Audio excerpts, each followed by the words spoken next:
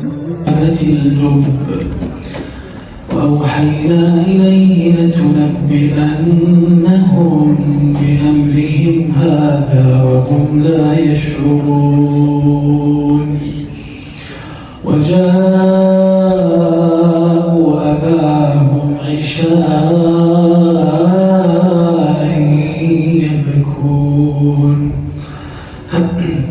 قالوا يا أبانا إنا ذهبنا نستبق وتركنا يوسف عند متاعنا فأكله الذئب وما أنت بمؤمن لنا ولو كنا صادقين وجاءوا على قميصه بدم كذب قال بل سولت لكم أنفسكم أمرا فصبر جميل والله المستعان على ما تصفون وجاءت سيارة فأرسلوا واردهم فأدلى دلوه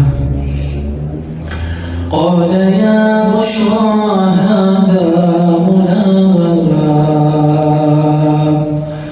وأسروه بضاعة والله عليم بما يعملون وشروه بثمن بخس دراهم معدودة وكانوا فيه من الزاهدين وقال الذي اشتراه من مصر لامرأته أكرمي مثواه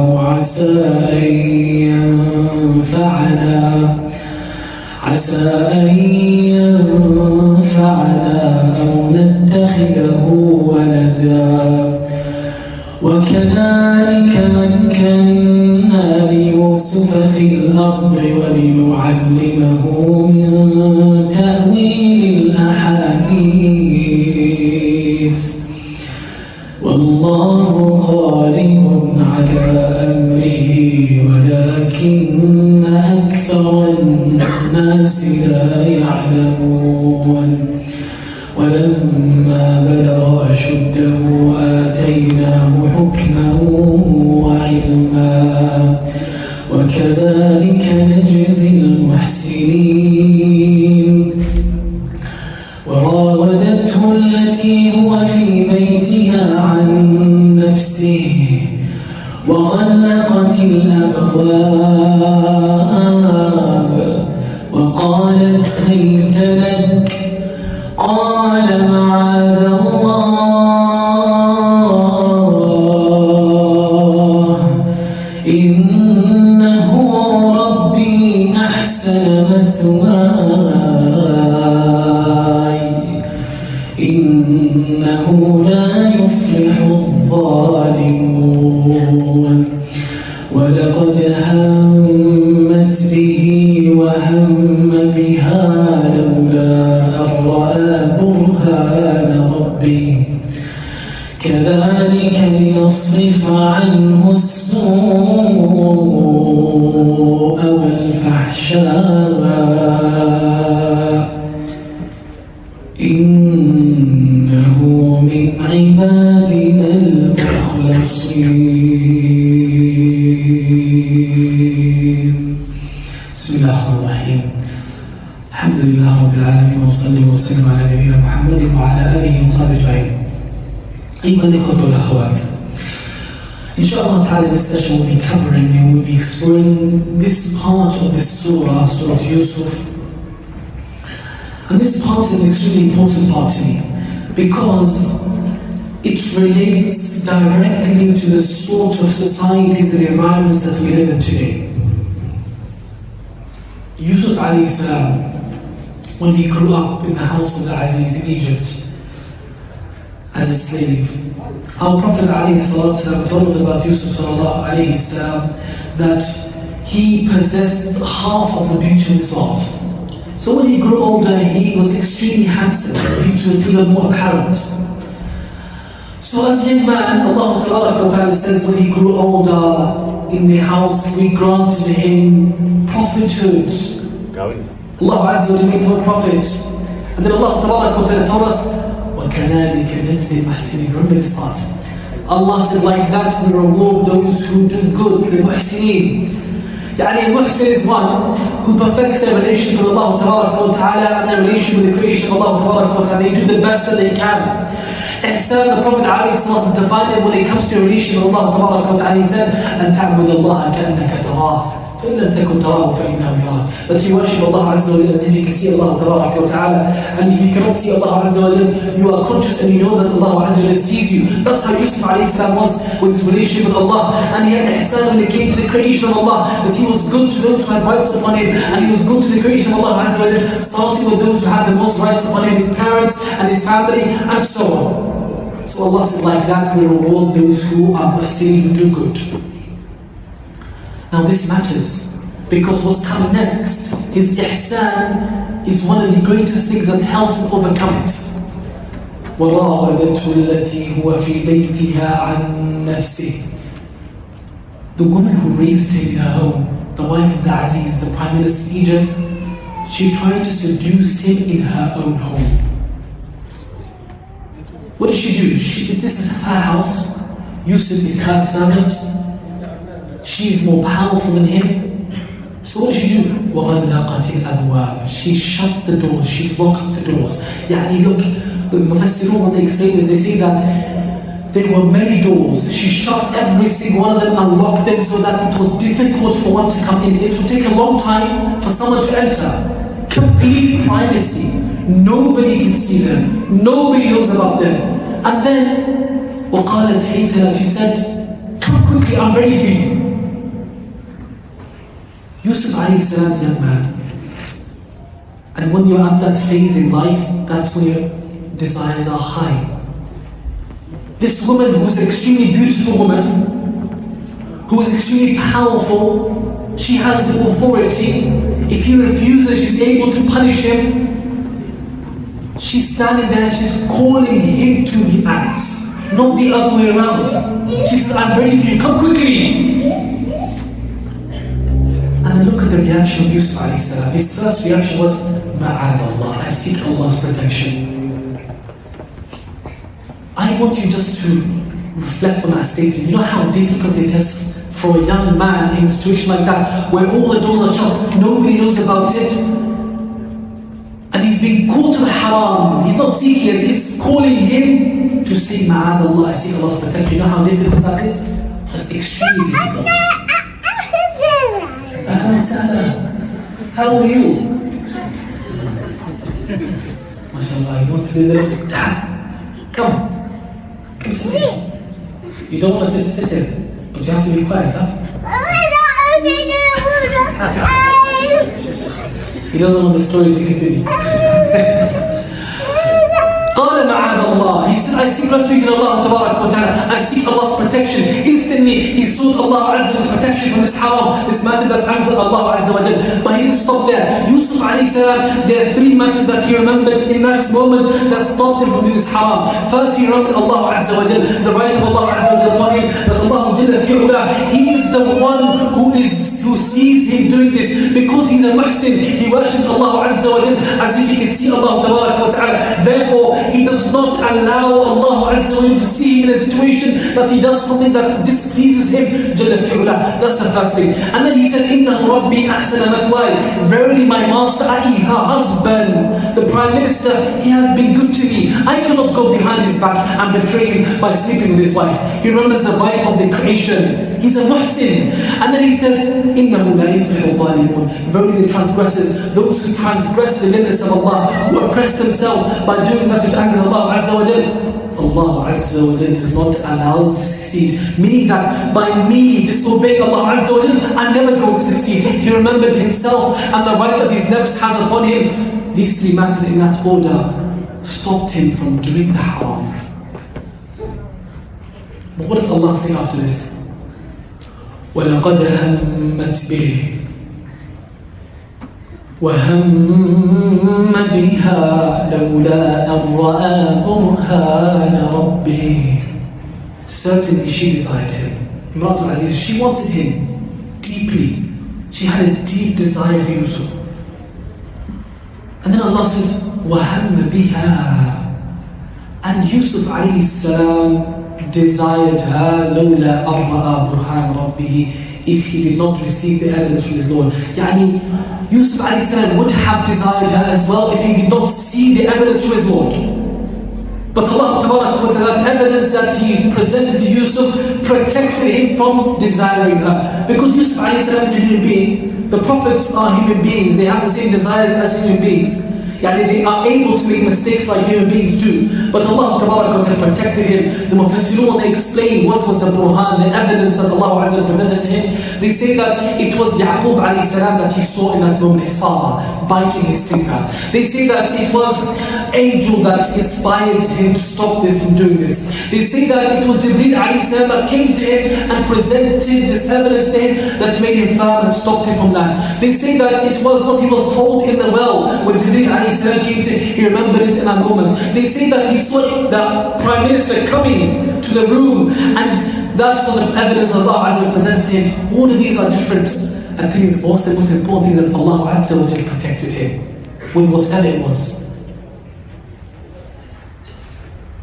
And then Allah Azza wa told us what was the main factor, the main reason that caused that protection. كذلك لنصرف عنه السوء والفحشاء. Allah said like that, we divert from Yusuf alayhi salam all of evil and immorality, zina. Why? إِنَّهُ مِنْ عِبَادِنَا الْمُخْلَصِينَ. Because he's from our chosen servants. إِنَّهُ مِنْ عِبَادِنَا الْمُخْلَصِينَ في رواية. Because he's from our sincere servants. Because of his sincerity, his ikhlas for Allah Ta'ala, Allah Azza chose him and protected him. Your sincerity is the key to protecting yourself from fitnah. Because what is sincerity, Imam Kiram? Sincerity, it is that you are attached to the hereafter. You are seeking the pleasure of Allah and the reward of Allah in the hereafter. Your heart is focused on the hereafter. So that means that you do not allow yourself to risk the eternal delight and pleasure of the hereafter, the temporary pleasure in this world. That is what he did. He was sincere. He said, I'm not going to risk the eternal reward that's forever in Jannah, in the hereafter, for temporary pleasure that I'm going to get right now. The more sincere you are to Allah Azza wa Jalla, Allah Ta'ala protect you from evil and haram. It depends on your sincerity. Even Iblis, he acknowledged that. If you're sincere, he can't get to you. Iblis, after he disobeyed Allah Azza wa Jalla, he said, قَالَ فَبِعِزَّتِكَ لَأُغْوِيَنَّهُمْ أَجْمَعِينَ إِلَّا عِبَادَكَ مِنْهُمُ الْمُخْلَصِينَ. He said, I swear by Almighty Allah, I'm going to misguide them all, except your chosen slaves, i.e. your sincere servants. Those who are sincere, I won't be able to misguide them, I won't be able to lead them astray. I can't get to them. Sincerity is the key, it's eternal. That connection that you have with Allah Azza wa Jalla, that consciousness of Allah Ta'ala, that you're seeking the pleasure of Allah Azza wa Jalla, that you're trying to do everything for Allah Ta'ala, that is what's going to save you. Yusuf alayhi salam, his situation is perhaps exactly the same as the situation that we live right now, every single one of us. You know, back in that time, to have that haram easily accessible was hard. That you're alone with a woman in a room, it's locked, everything is facilitated for you, that was difficult. It was very rare, it never used to happen. Today, it's easy for everyone. It's on your phone. Haram is easily accessible. It's just a click away. You're alone with it. You can do whatever you want to get to it. And that's where the test is. That at that young age, when the haram is calling you, and your desires are high, and you're not able to overcome it, and you overcome it and refuse to do it because of Allah. And that's what the Prophet ﷺ told us, that these people who do that, they're going to be rewarded greatly in the hereafter. They're going to be rewarded greatly in the hereafter.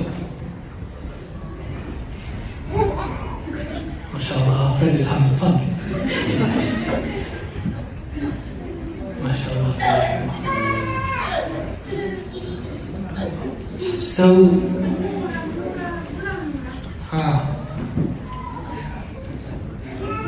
okay, we can have everyone's attention back now. He's gone. He was a star on the show for a while. What's the last thing I said?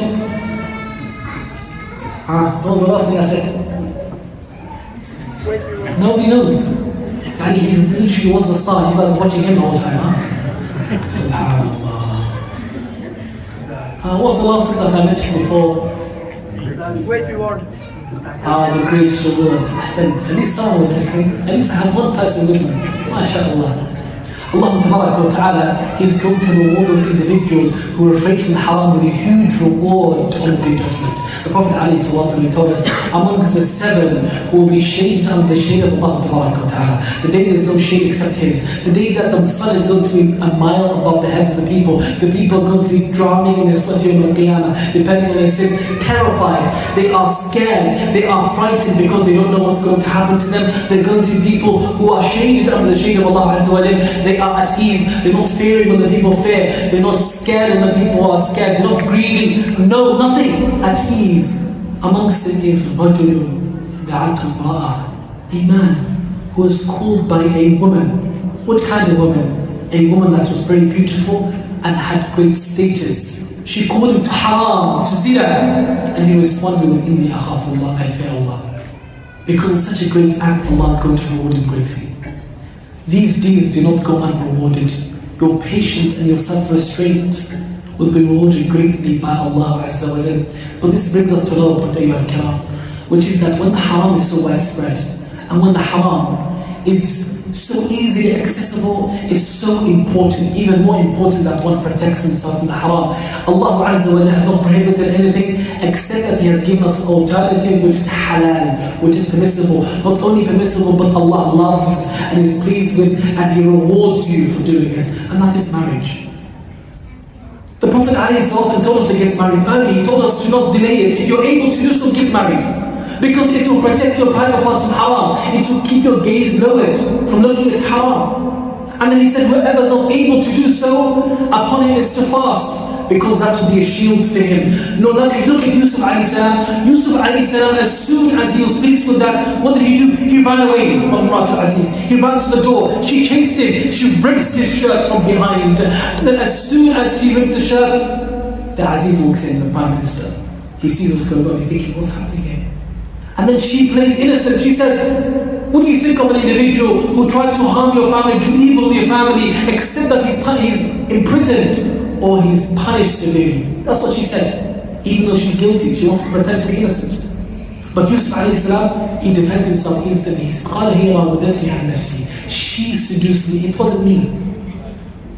And then Allah Ta'ala, He brought in one of their maids who had a child who could not speak. Allah made the child speak, and the child said, إن كان قميصه قد من قبل فصدقت الكاذبين. If the shirt is tied, is tied from the front, ripped from the front, she's telling the truth and Yusuf is lying. But if the shirt is tied from behind, ripped from behind, فكذب, she's lying. وهو من الصادقين, and he's telling the truth. فلما رأى قميصه قد من دبر قال إنه من كيدكن إن كيدكن عظيم. When Aziz saw that the shirt of Yusuf alayhi salam was ripped from behind, he said, this is from your evil plot, and very your plot, it is great. He said, Yusuf أعرض عن هذا. Yusuf, turn away from this, واستغفري لذنبك, and seek forgiveness for your wrongdoing, your sin. إنك كنت من الخاطئين. Verily you are from the wrongdoers. Now listen to this. This teaches us something that's quite interesting, which is that the Muslim does not come to a conclusion unless he has proof and evidence. And Yusuf alayhi salam, he had proof now. The shirt was a qarina, it was evidence, indication that he was innocent. And it was used as proof, indicating that this is a type of evidence that can be used in a situation like this, an indication. That's the first thing. Secondly, it is that Yusuf alayhi salam, he defends himself instantly from falsehood. The believer does not let his honor, reputation be tarnished. You never allow that to happen. And that's the first thing he did. He protected his honor from being tarnished. The third thing it is that look at the reaction of the Aziz. A man who his wife tried to cheat on him, how would he normally react? Would he say, seek forgiveness and turn away and don't do this again? Or how would he react? A man who has ghira, who's protective jealousy, he would be furious. His wife tried to betray him, cheat on him. Betrayal, it could drive a man insane. But that's not how Aziz, he reacted. He had mabda diyatha. He showed his wife that this is something that is not a big deal in his eyes to him, which caused her to continue doing her falsehood. But if he was to be extreme in his reaction and to even punish her, she wouldn't have carried on trying to do this with Yusuf alayhi salam. Because the Aziz, he knew that she did this intentionally. You know what indicates that? The word that he used, he said, إِنَّكِ كُنْتِ مِنَ الْخَاطِئِينَ. In Arabic we have the word khati and mukhti. Mukhti is someone who does something wrong accidentally. Khati is someone who does something wrong intentionally. He says to her, I know that you are from the wrongdoers intentionally, but he doesn't do anything about it. The believer, especially the man, part of the iman is ghira. That you have that protected jealousy over your woman folk that you're responsible for. That you don't want to strange man with your wife or your sister or your daughter that you are responsible for. That you protect them from that. That is your responsibility as a man. Right? So then now, امرأة العزيز, after her husband reacted like that, وقال نسوة في المدينة امرأة العزيز تراود فتاها عن نفسه قد شرفها حبا إنا لنراها في ضلال مبين. The women started talking. They're gossiping about Imra'at al-Aziz. What are they saying? They're saying, Imra'at al-Aziz, the wife of the Prime Minister, she tries to seduce her servant in her own home. How embarrassing. She has no shame. We see her to be in clear error. Why are they saying this? They want to see Yusuf. These women, they're curious. They want to see Yusuf alayhi salam. They want her to respond, to react, so that she shows Yusuf to them. They're interested. So what does she do? She gathers these women. These women are the women of the elite. They're the rich women of the high class. These are the ones who are gossiping. Because the women who are the elites, they're not working, they're not doing anything. Everything is done for them. So shakal arba hisab. All they do is talking, gossiping. Even though women like to talk, but these women are worse. So what do? She invites them to her palace. She prepares a huge banquet for them. And then she prepares some fruits and she puts some knives there. When they sit down, they start cutting their fruits. She prepares Yusuf. She beautifies him with the best clothes. She makes him look the best that he can. And then when they're cutting the fruits, she said, "Ukhruj alayhinna, go out to them." And then فَلَمَّا رَأَيْنَهُ أَكْبَرْنَهُ وَقَطَّعْنَ أَيْدِيَهُمْ. When they saw him, they were amazed by him. They were astonished. And then as they're cutting the fruits, they started cutting their own hands. You know what it takes to slice your own hands? There must be a huge distraction which has made you lose feeling in your body. Because when they saw Yusuf alayhi salam, قُلْنَا حَاشَ لِلَّهِ, they said, he's not مَهَلَ بَشَرًا, he's not a human being. إِنْ هَذَا إِلَّا مَلَكٌ كَرِيمٌ. They said, he must be an angel, noble angel. They were amazed at how beautiful he was. Because they were in love at first sight. But they started cutting themselves. And remember when they talk about this ayah, they say that when an individual is attached to something great, a human being, it can even make them lose the feelings that they have in their body. They can lose even the pain. And they explain that and they say that's precisely what allowed Sahaba to Rasulullah sallallahu alayhi wa sallam, when they were being tortured and persecuted by Quraysh, that they were able to endure it without leaving their faith. Bilal Rabah, radiallahu anhu ardah, when his master Umayyah found out he was Muslim, he started torturing him, beating him for days in the heat of Mecca, lashing him and beating him, placing a huge rock on his chest. And Bilal radiallahu anhu keeps repeating, Ahad, Ahad, only one God, only one Allah. And every time Umayyah hears that, he gets angry and angry and angrier. And he says, accept Lat al-Uzza. And Bilal repeats, Ahad al-Ahad. And he kept going for 8 days straight. And Bilal radiallahu anhu kept going, enduring it. Why? Because he was great love for Allah Azza wa Jalla. Khabbab ibn Arat radiallahu anhu ardah, he was taken by Bani Makhzum when they found out he was Muslim, and they tied him up and they placed coal on the ground and they set the coal on fire, and they placed Khabbab's back on that fire, and they placed a huge rock on his chest so that he's not able to get up, and the fire of that coal was not extinguished except with the liquid that came out of the back of Khabbab. But he never left religion, he was firm. Why were they able to endure so much? Because of how much they love Allah Azza wa Jalla. The extreme love they have for Allah Ta'ala is what allowed them to endure so much for Allah. And these women, just by seeing Yusuf alayhi salam, they sliced their hands. And they did not even realize. They didn't feel it. It wasn't that they're cutting their hands and they could feel, oh wow, it hurts. No pain. That's how distracted they were. And then Imra'atul Aziz, you know what she does now? She says, this is what she blamed me for. And then, you know what she does? She goes on further in her falsehood. She says, yes, I seduced him, starts on. And he protected himself and shielded himself from the haram. And if he does not do what I'm commanding to do, I'm going to imprison him and he'll be amongst the humiliated. That's what she says. She says, I'm going to imprison him 100% with no tawqeed. And then she says, and he will be amongst the humiliated. As for imprisoning him, she has the power to do that. So she's certain, that's why she said, I certainly will imprison him. But when she says, and he will be amongst the humiliated, she doesn't say he certainly will be amongst the humiliated, because she doesn't have the ability to determine that. Yusuf alayhi salam chose prison over what they call it hell too. He's my Lord. Prison is more beloved to me than that what they call me to. وَإِلَّا تَصْرِفْ عَنِّي كَيْدَهُنَّ أَصْبُ إِلَيْهِنَّ وَأَكُونْ مِنَ الْجَاهِلِينَ. He said, and if you do not divert, Ya Allah, their plot from me, I will give in and be amongst the ignorant.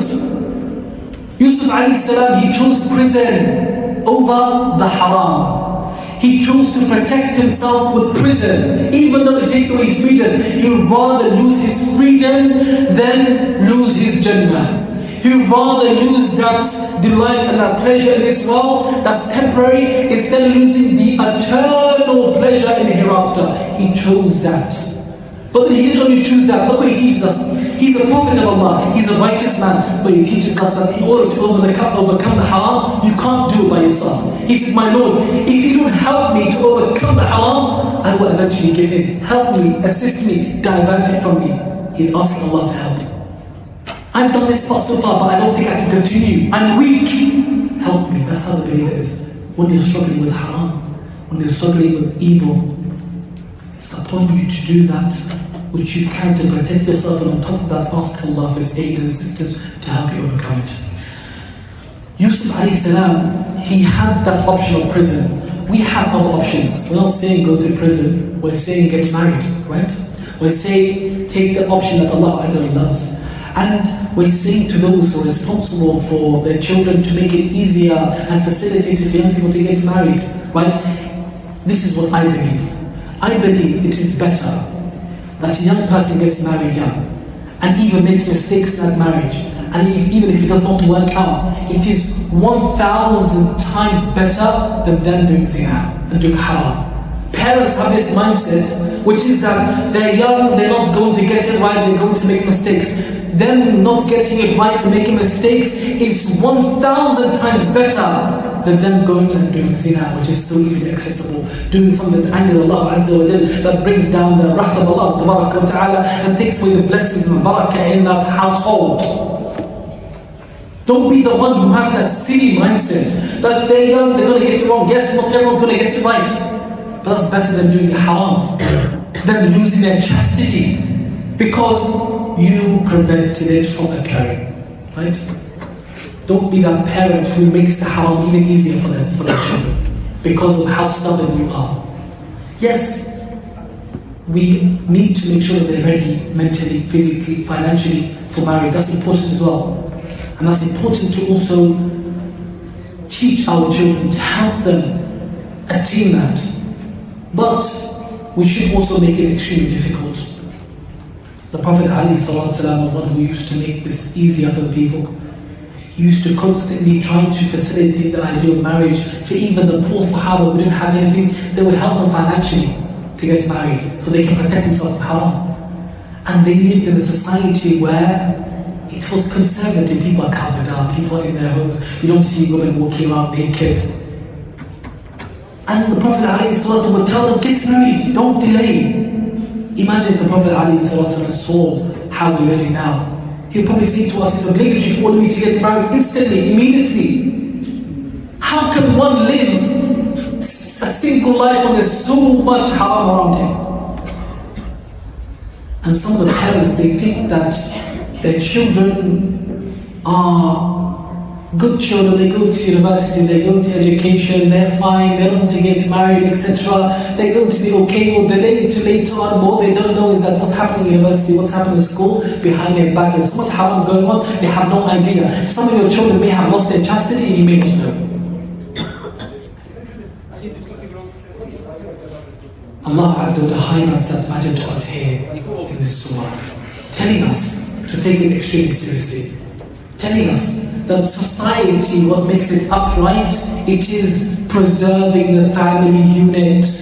The family unit, which is now at risk because of these ideologies that exist today, which are targeting the family unit. They're trying to destroy the family unit. They're trying to destroy the role of the husband and the wife, and trying to even get rid of husband and wives and make it husbands and wives. All this such satanic ideology is out there. Our children are at risk where they're being indoctrinated with these ideologies that are taking away from them what the family unit really is, and so on. We are meant to be those who preserve that and protect that. There's no time that is more important.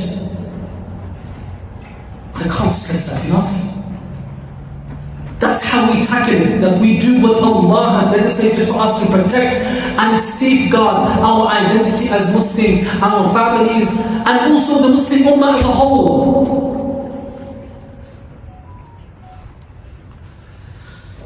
Yusuf alayhi salam, when he goes to prison, when he's taken into prison, now he goes into another phase of his life. When he goes into prison, there are two young men who are servants to the king who are also in prison with him. They notice how Yusuf alayhi salam is in prison. He's worshipping Allah. He's engaged in righteous deeds. He's doing good and he treats people well. And this is a point that I want you all to notice. Yusuf alayhi salam, how many years did he spend with his father? The first 10 years of his life only. He left his father at the age of 10. Those 10 years that he spent with his father, those were the most important 10 years of his life.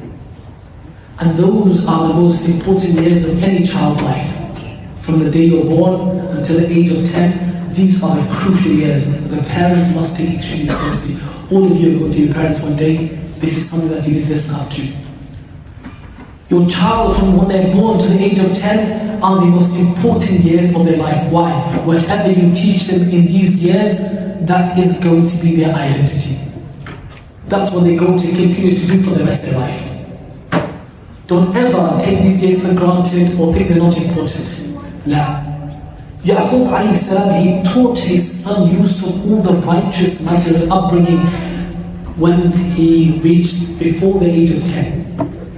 And our Prophet Muhammad alayhi salam taught us to do the same thing. He told us, Muru awladakum as-salah. Command your children to pray. What age?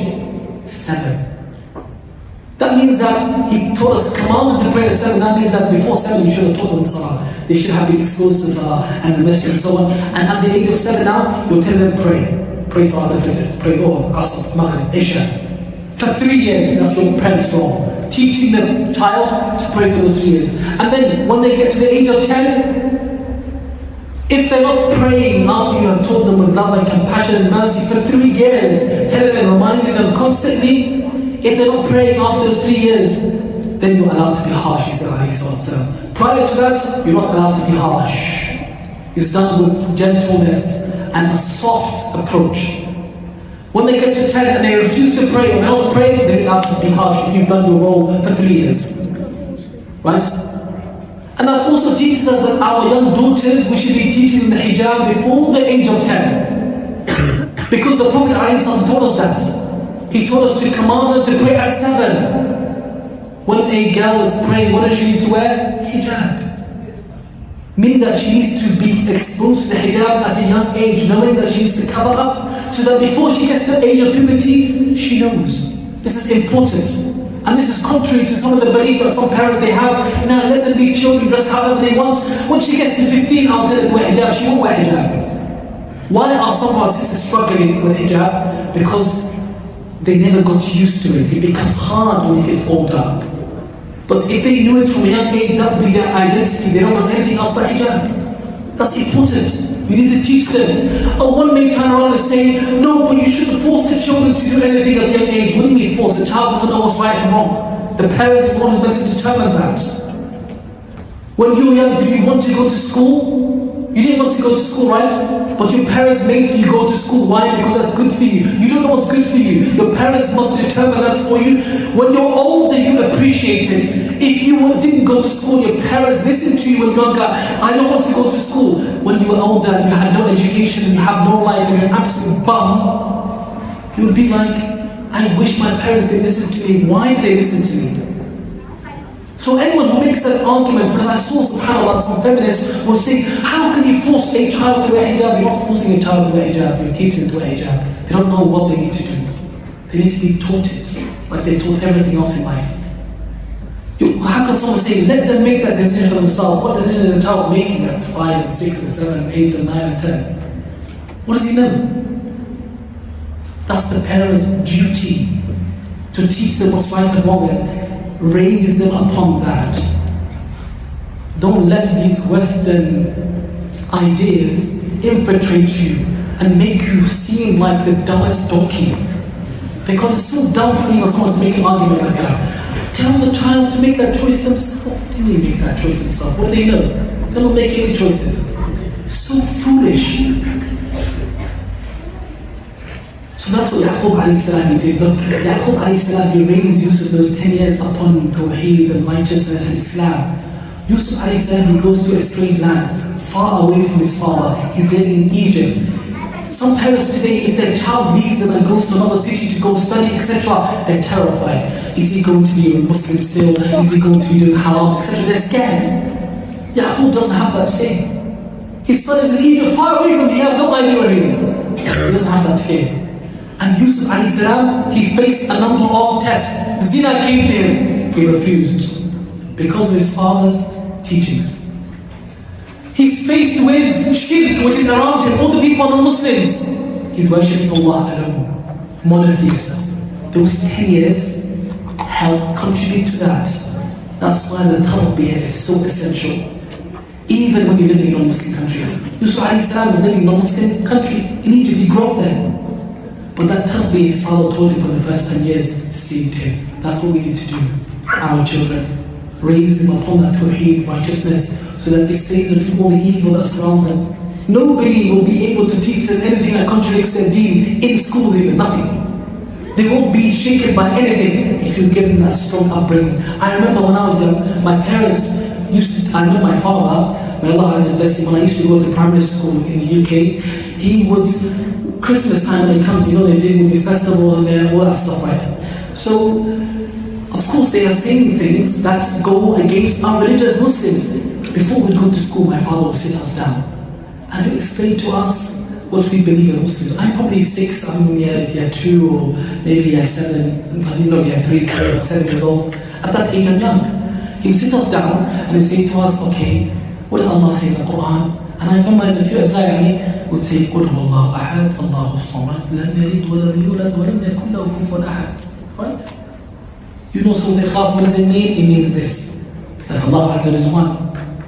He is the self-sufficient that all the creation need, and He provides them all.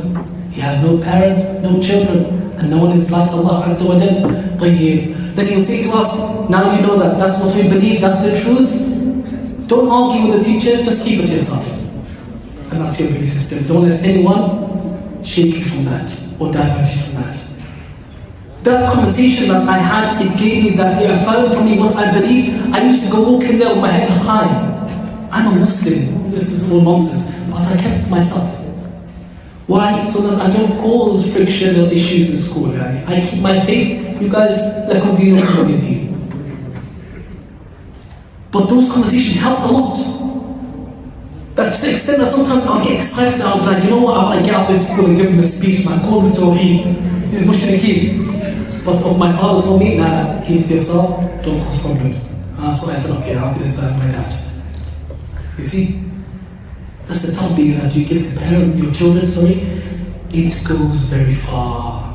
It goes very far. Now Yusuf alayhi salam, he enters prison.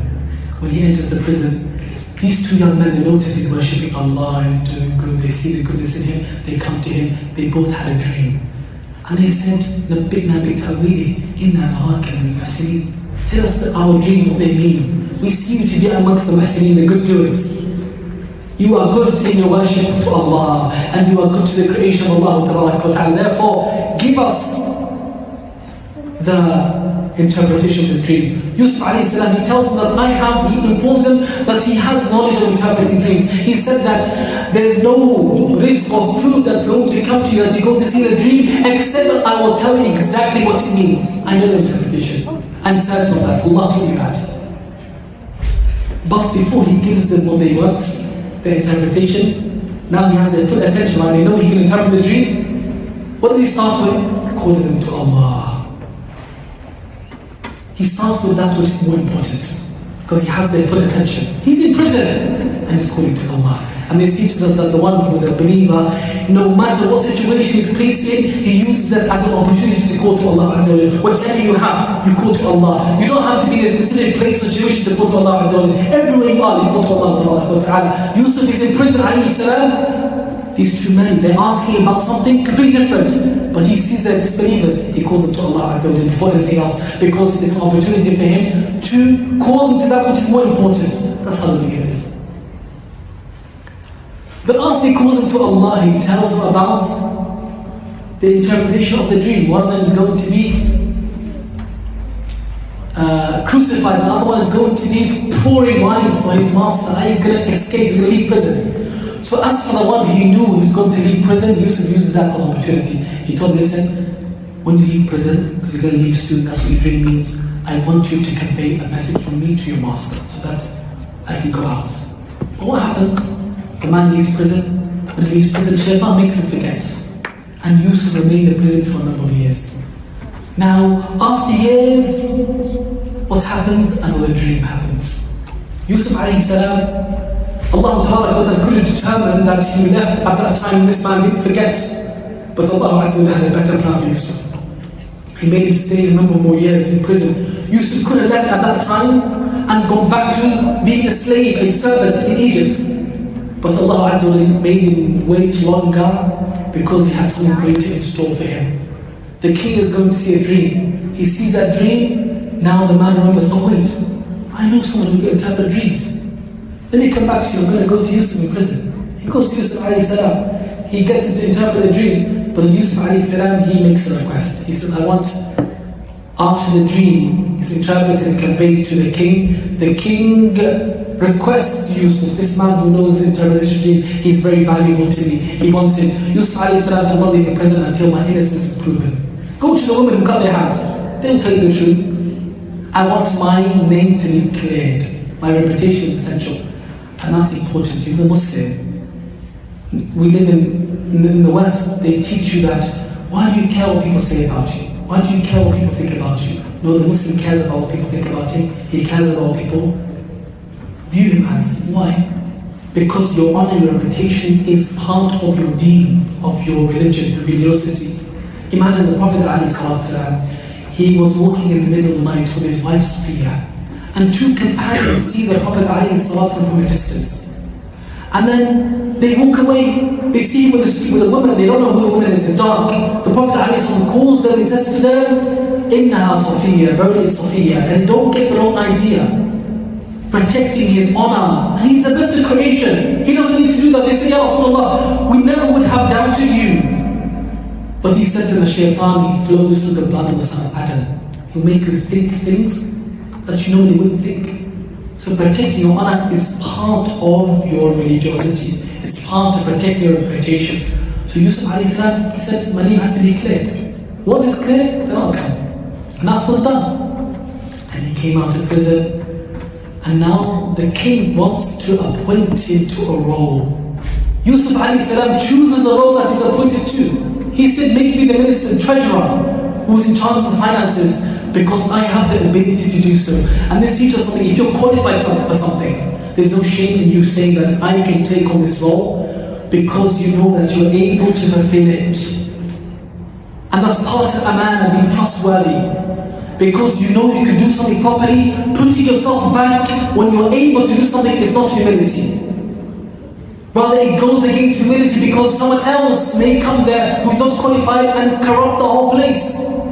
If you're able to do something, putting yourself forward is not arrogance. He said, "Inni hafidh alim." I know this and I'm trustworthy. You can trust me. This is my field. And Yusuf alayhi salam was now powerful. I'm summarizing because we're running out of time. He became powerful. Now he is the treasurer of Egypt. His brothers eventually come to Egypt and they seek his help, and then eventually send them back to bring their father and mother, and they come back, and now he exposes himself to him, he reveals himself to them, and they realize that what they've done is wrong, and they extreme regret, and he responds with a response that is great. He says to them, "La tadriba alaykum al-yawm, yaghfirullahu lakum wa huwa arhamur rahimin." He said, Allah will forgive you, there's no blame upon you today. Allah will forgive you, He's the most merciful of those who have mercy. You know what makes it so great? Yusuf alayhi salam, his brothers now, who basically completely changed his life and ruined his life and put him through so much misery, he has the ability now to punish them. He is able to punish them severely. Everything is there, ready for him to punish them. But what does he do? He pardons them. And that's the greatest form of pardoning, forgiveness, al-afwa al-maghfirah. Pardoning when you're able to punish. It's more rewarding than when you pardon when you can't do anything. He's able to punish them, but he says, no blame upon you, I forgive him. And Allah will forgive you. Turn to Allah, he reminds them of the mercy of Allah, the forgiveness of Allah. His brothers before that, what do they say to him? He's now the Aziz, he's the minister of Egypt. They say to him, Inna naraka bil mahsinin. When they ask him a question, we see to be amongst the good doers. وَكَذَلِكَ نَجْزِي الْمُحْسِنِينَ. At the beginning of the story, Allah said, like that will reward the muhsinin. When he's in prison, the two prisoners, they say to him, نَبِّئْنَا بِتَأْوِيلِهِ إِنَّا نَرَاكَ مِنَ الْمُحْسِنِينَ. We see to be the good doers, from the good doers. His brothers, they see him as the lead, as the minister of Egypt, powerful. But they still see to him, إِنَّا نَرَاكَ مِنَ الْمُحْسِنِينَ. We see you to be amongst the good doers. Yusuf alayhi salam taught us something great. Despite all the phases he went through his life, all the stages he went through in life, he was consistent in his ihsan, in his relationship with Allah, and in the goodness in his relationship with the creation of Allah Ta'ala. He never let any titles or fame or status or any success delude him and change him and corrupt him. Never. He remained the same throughout. And that's how we're meant to be. No matter how successful you get, no matter how much you attain and achieve in life, don't ever let that make you become an arrogant individual who belittles people, looks down at people, who start treating people in a wrong manner and so on, because that is one of the first things that's going to destroy your success and the blessings of Allah Ta'ala. It's a form of you not being grateful to Allah Azza wa Jalla. He continued being the exact same person throughout. Why? Because his character that he has, he does it for Allah and no one but Allah. And he believes in Allah, and he worships Allah, and Allah Azza wa Jalla is always going to be his life, therefore he's going to remain the same person. That is Yusuf alayhi salam. Now, this story, it teaches us that in order for us to be those who attain goodness, who attain success, who attain khair in this world and next life, we must be those who have a number of qualities. He says, إِنَّهُ مَنْ يَتَّقِي وَيَصْبِرْ. The one who has taqwa, God consciousness, who fears Allah Ta'ala, who's conscious of Allah Ta'ala, sees him at all times. He has fear in his heart, which creates a barrier between him and the anger of Allah and the disobedience of Allah Ta'ala. وَيَصْبِرْ, and he's patient. Also happen, فَإِنَّ اللَّهَ لَا يُضِيعُ أَجْرَ الْمُحْسِنِينَ. Allah Azza wa Jalla never wastes the reward of the muhsinin. He has ihsan. That's the formula to success. Yusuf alayhi salam, he says at the end that this is how I got here. Taqwa, which I was taught by my father from a young age, which I inherited, which I kept with me the whole time, and patience. He was patient in the well. He was patient with Imran al-Aziz. He was patient in prison. And he remained a muhsin, one who was sincere, who worships Allah as if he can see Allah, and is conscious that Allah sees him. Those three qualities. One who has that, Allah Ta'ala will always 100% without a second doubt grant you success in this life and next life. Allah Ta'ala will never abandon you. Allah will assist you. Allah will aid you. Allah will be with you. But you need to be one who feels that side of the deal in order to get that. I ask Allah Ta'ala to forgive our sins. I ask Allah Ta'ala to have mercy upon us. I ask Allah Ta'ala to make us from those who hear this speech for the best of it. I ask Allah Ta'ala to grant us all beneficial knowledge. I ask Allah to make us from those who are guided, are increasing guidance, and others are guided through them. I ask Allah Ta'ala to grant us all the Jannah and those without any previous punishment, very difficult to count, without parents or loved ones, all those who are upon us. إنه جواد كريم صلى الله وسلم وبارك على محمد وعلى آله وصحبه أجمعين والحمد لله.